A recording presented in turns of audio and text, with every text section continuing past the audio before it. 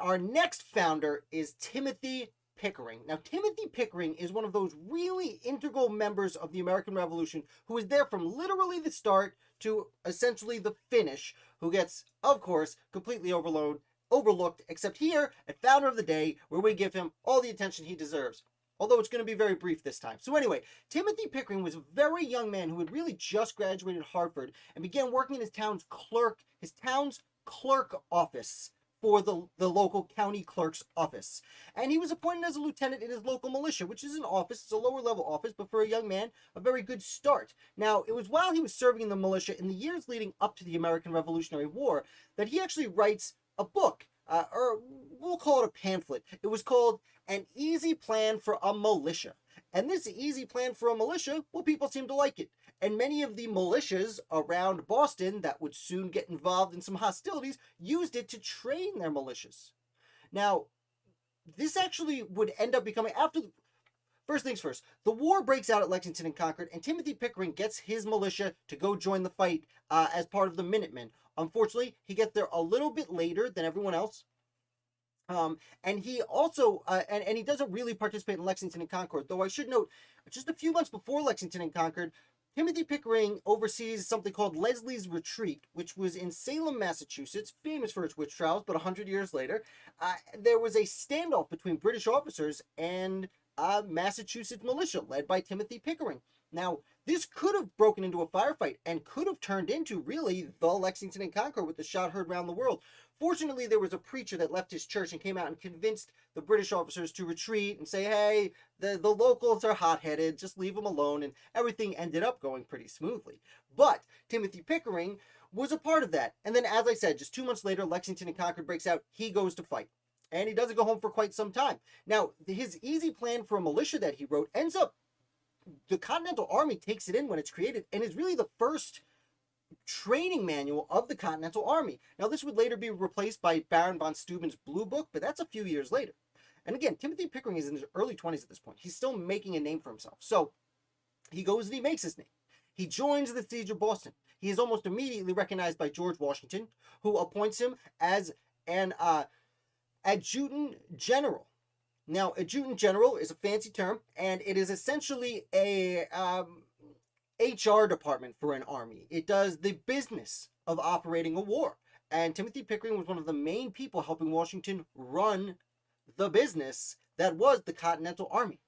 Now, he does this for several years until eventually General Nathaniel Greene, he gets promoted to Nathaniel Greene was a major general. He ends up going to fight in the South. For a while, Nathaniel Greene is fighting the war in the South and simultaneously acting as Quartermaster General. Eventually, Greene leaves the position of Quartermaster General, and Timothy Pickering takes over. So, after serving as Adjutant General in the Continental Army, he takes over as Quartermaster General. He's in charge of making sure the troops have food and clothing and everything you need to, just be alive. Making him extremely important to the revolution. Again, very overlooked for his participation in the war itself. Now, after the war, he goes home for a little while, but then the Constitution gets ratified, and George Washington comes around and needs to assemble himself a cabinet. And he does this. And there are some people who are pretty famous who get into this cabinet, but there's one guy who becomes Postmaster General, Timothy Pickering. Now, Postmaster General is not the sexiest position you could have in a cabinet, but especially back then, Postmaster General was extremely important. He was in charge of communications for the young United States of America.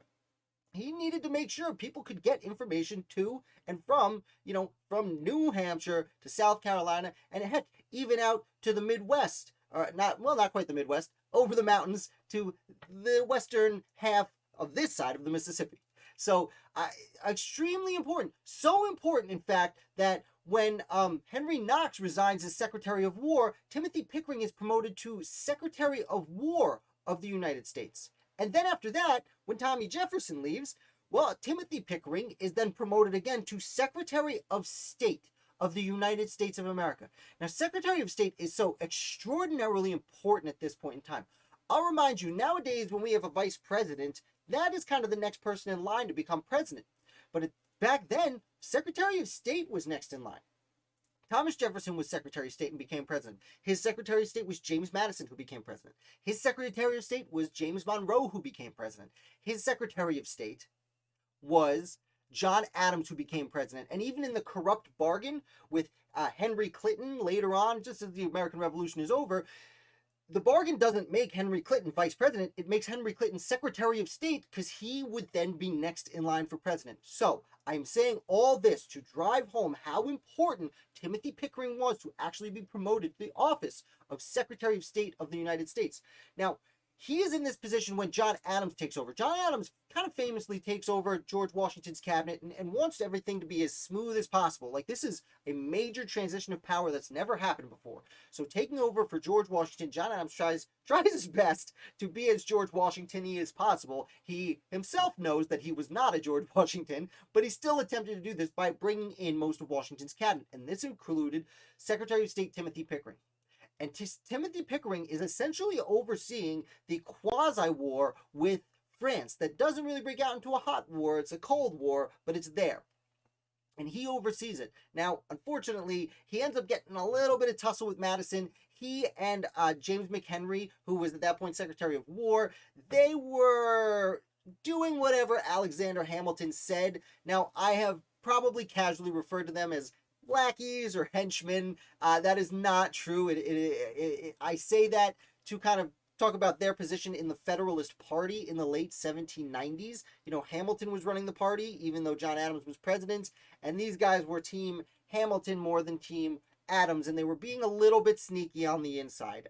Again, I don't want to take credit away from him, as you've just seen me talk about what a great service he did for his country. I don't want to take too much credit away from him, but he was acting on Hamilton's behalf in Adams's cabinet, and that caused some problems. Eventually, he kind of gets fired, kind of resigns. It's kind of it's a little bit debatable on exactly who pulled the trigger first, him or Adams, but he and James McHenry end up leaving. Now, he ends up going goes back home, goes back to private life, but he continues to be an extremely outspoken Federalist throughout the Jefferson and Madison administrations.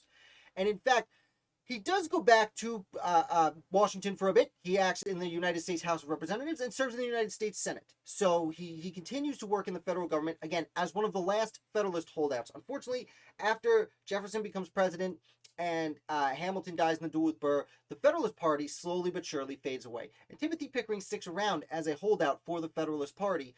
In fact, he even attends the Hartford Convention. Now, in brief, the Hartford Convention, which happened in the end of 1814, they came together to make some recommendations for the U.S. Constitution, some amendments to the Constitution. They didn't like how Virginians kept being president, things of that nature. Didn't like the War of 1812 at all. But either way, they meet, and people accuse the meeting of wanting to have New England cede from the Union. Now, there's no evidence of that. There were a few people who said things like that, but for the most part, the actual people who attended the Hartford Convention were just trying to resolve issues that they saw lingering from the Constitutional Convention, which at that point was only 10, 25 years earlier. They had friends who were there. So the people went to the Hartford Convention. As I said, it did not go well, and especially because they announced their decisions right as word of Andrew Jackson's victory in New Orleans comes through, and the end of the war, a victorious war against Britain, comes through, and you have these Federalists in New England saying, hey, the Constitution's not so great. So Timothy Pickering, because he's associated with the Hartford Convention, that essentially ends his career. He goes back to private life.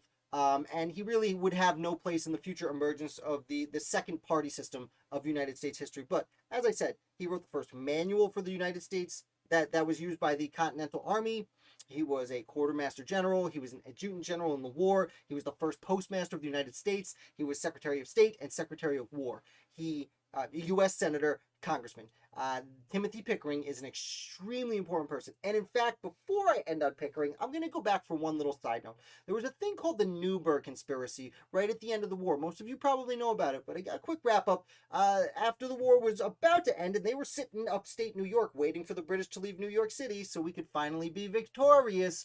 Some of the generals in the war and upper level officers were not happy with the Continental Congress. They weren't getting paid. And all these congressmen were lawyers and doctors and merchants who had jobs to go home to. And all these soldiers were soldiers who didn't have a war to fight anymore.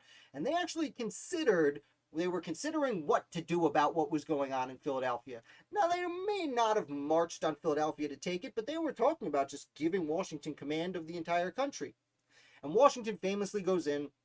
He goes in with a note from Congress. He can't see it. He takes off, puts on his glasses, says his famous line, "You'll permit me to put on my spectacles, for I've grown not only gray, but nearly blind in service of my country." All these big men generals, they all fall apart and start weeping, and they're embarrassed about how they've gone back on their ideals, except Timothy Pickering. Timothy Pickering essentially looks around the room at everyone saying, "Sorry, George, we won't do anything." He looks around the room and says, "That's it? He's just got to put on some glasses and you all start weeping like little babies?" Now, I'm paraphrasing his words, of course, but I want to give props to Timothy Pickering. Say what you will about him, he was a man of principle, and he did not change his mind flippantly. Now, that is an extremely brief overview of the life of an extraordinarily important and overlooked American founder, Timothy Pickering.